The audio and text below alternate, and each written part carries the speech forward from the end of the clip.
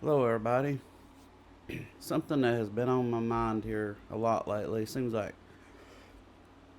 there's always something on my mind, thinking about this subject, that subject, but the one that probably has been on my mind a most often, I would say, is all the talk about the humanoid robots and all the different kinds of them. How many it's gonna there's that's gonna be made and uh, like they're gonna take everybody's job. Basically, you know, I guess you hear Elon saying that uh, doing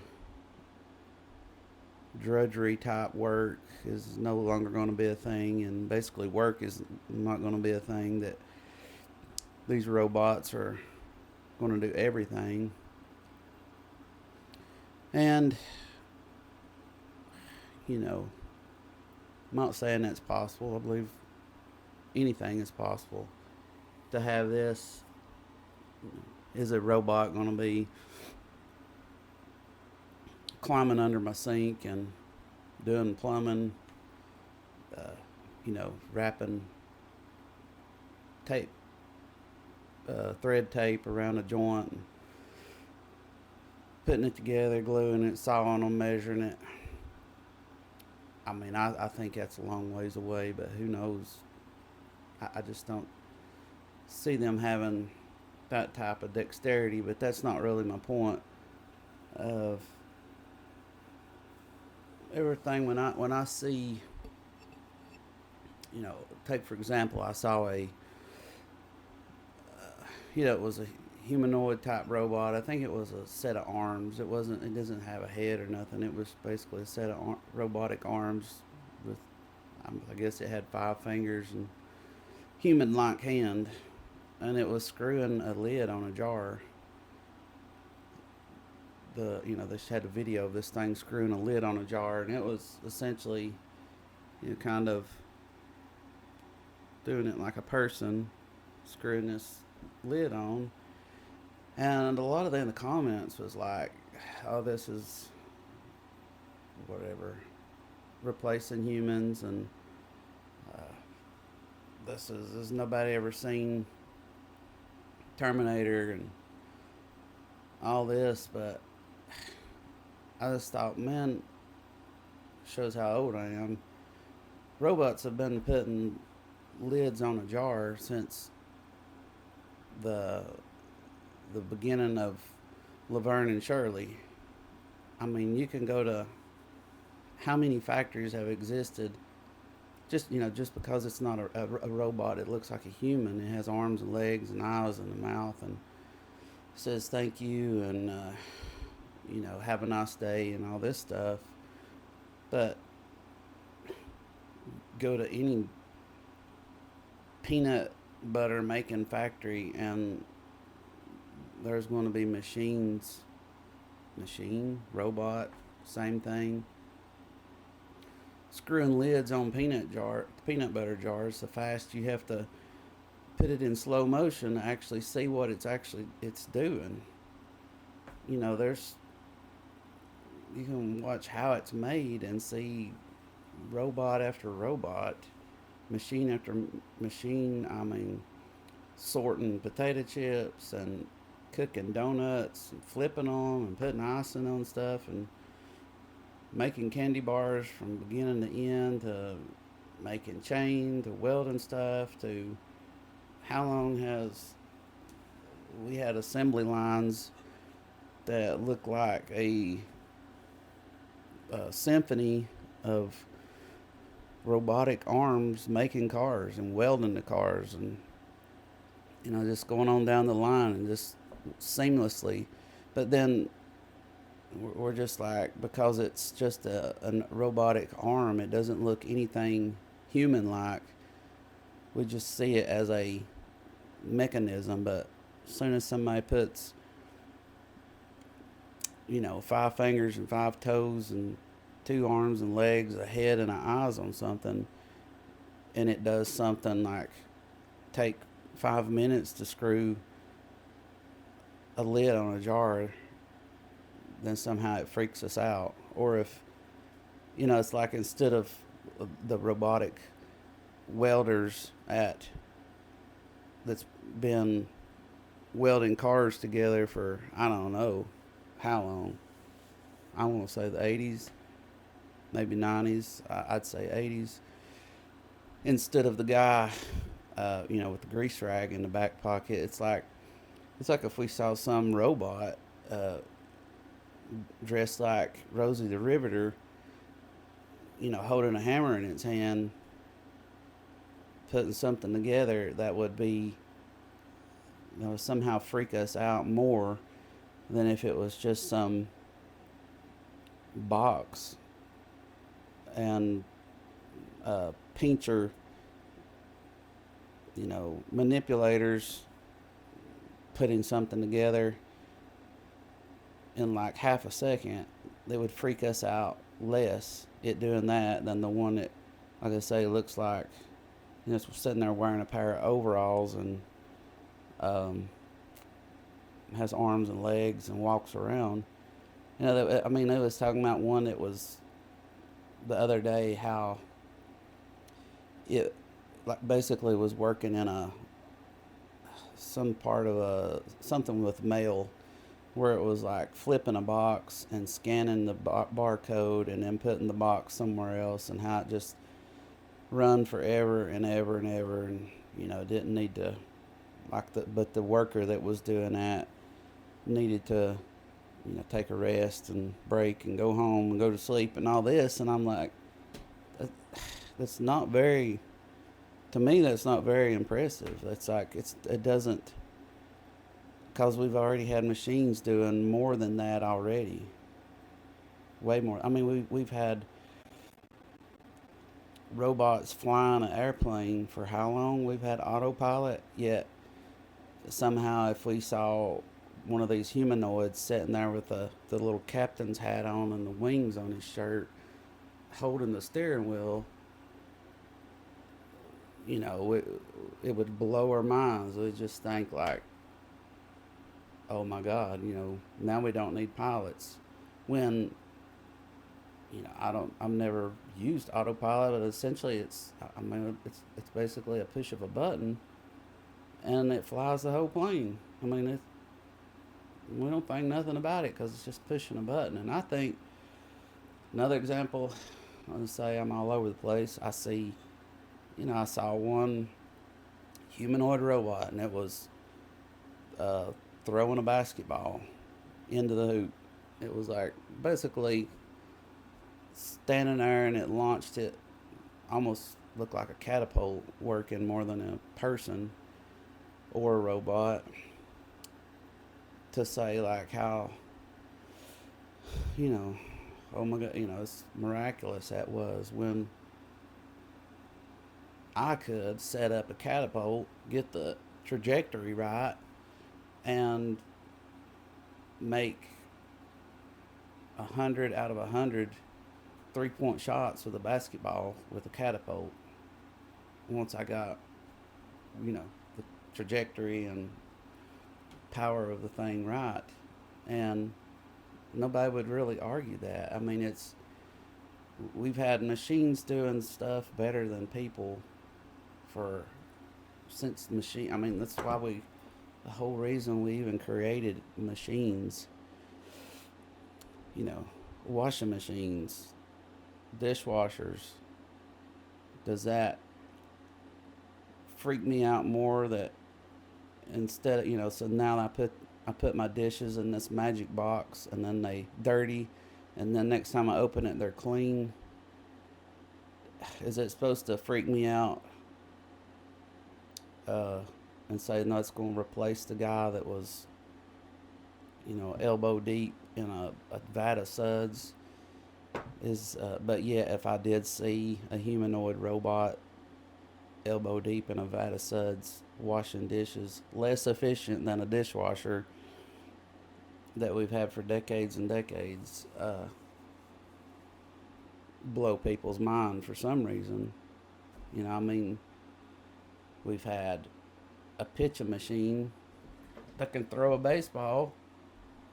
how much better can that thing throw a baseball than a actual baseball player? I mean, there's probably no limit. It could probably throw a baseball 300 mile an hour if you could make one to do that. And yet we don't somehow, it doesn't bother us to have those things. And I think a lot of it's because I don't know. A lot of it is that because it doesn't look like a human, and I think a lot of this talk, these things being made to look like humans, is part of, I'll say, propaganda to get us to accept these more than we typically would had it not look like a human whatsoever. And the talk of saying it's going to take all the jobs, it's going to do everything a human can do. Uh, in my opinion, a lot of this is essentially to say so people will basically not try. We will get to a point where uh, it will kill people's ambition and drive to do the things that they're doing now because they'll just say, well, it's going to be pointless. Why do I need to learn how to be a surgeon? There's going to be a humanoid robot, doing heart surgery. There's going to be, why do I need to be a nurse? Why do I need to be, uh, you know, even Elon's like, there's no need to go to college because AI and humanoid robots is going to be doing everything you did. So to me, that's kind of like saying, if I was going to go to battle against the enemy, I would basically, maybe even if I don't have it, there's no use in you even fighting because I have this whatever super weapon I'm gonna wipe all of you out. It's, if all of you want to die, then uh, go ahead and fight. But if you don't, then because I've got this so much advantage over you. There's no use in even trying. So they don't get ready for the war. They don't do their training. They just say, okay, uh, let's just enjoy life until they come and overtake us. And then I don't even have this weapon, and I just come in with and take everything that I want because they're not prepared. They believe that I could just annihilate them. And I feel like this is part of all this talk of this is going to uh, do everything we can do. This is part of just causing people to stop um, stop their training, stop their education, stop doing everything. Uh, if we can convince everybody that you don't need to be, you don't need to go to school to be a surgeon, you don't need to go to school to be an engineer, you don't need to go to school to be a nurse, you don't need to do any of these things, then when time comes and now we don't have any of those things, any people to fulfill those roles, we still need them. We will be forced to use the second best thing, which will be this AI and humanoid robots. It feels like this is a way to make this more easily, not accepted, but more easily, uh, a more easily better argument for needing it. Because to say, like, well, they ain't, it's this or nothing. It's like kind of just like telling everyone to lay your armor down because, and then once they do, well, it's kind of like saying, just like I say, it's like trying to through through propaganda to essentially create a need for this stuff to where it's the only option. That's what I'm trying to say. And I feel like we're believing this. Maybe it will, maybe it won't.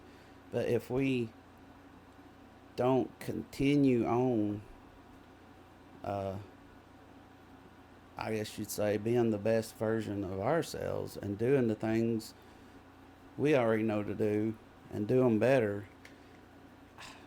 then there will be a need for some. It'll be like, well, if humans aren't going to do it, then I guess these things will have to, and we'll all be subject to whatever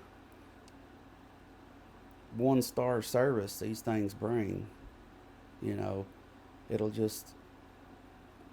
I mean, I said it before. I was like, you go into some fast food restaurant and you walk in and the person behind the counter just stares at you like you've got three eyeballs and never says, just doesn't even grunt. They just look at you like you're not even supposed to be there. And some of the service is so, I mean, it's so god awful. I'm like, that is a good argument for a robot standing there. If that robot will do better, because it's not going to be, uh, it's not very hard to be better than that. Not not very hard at all. And that in that case, it's justified. And I'm like, hey, if it'll do better than that, then um, I say bring it on. If you people are not going to try any harder than that, and really don't want to be there, then I don't want you there either. Um, go down the road and you see an 18 wheeler all over the place because he's texting and driving at the same time, and some AI can do better than that, and it doesn't kill everybody on its way to whatever it's going to drop off, then I say bring it on. If you cannot do better than that, if you cannot keep from going from one lane to the next, running over drunk bumps, every few 100 yards, and then that's justification for the robotic system taking that over. So I'm not very accepting of it. I think from the interactions I've had with stuff like this, I've not been very impressed. I feel like I look past the try not to anthropomorphize the thing just because it's got a, I don't care how much whatever rubber skin they put on it and how much it compliments me and asked how my day's going and all this. It's still just it's metal and O-rings. And lastly, I'll leave it at that. Video's long enough as it is, but that's part of the way I feel about what's going on with robotics at the moment. Humanoid robots. We're trying to get us to back off so the acceptance of these things will be almost there'll almost be a need for them, where right now there isn't as much. It's getting to where there's going to be a need if people don't step up. But right now there isn't. So thank you.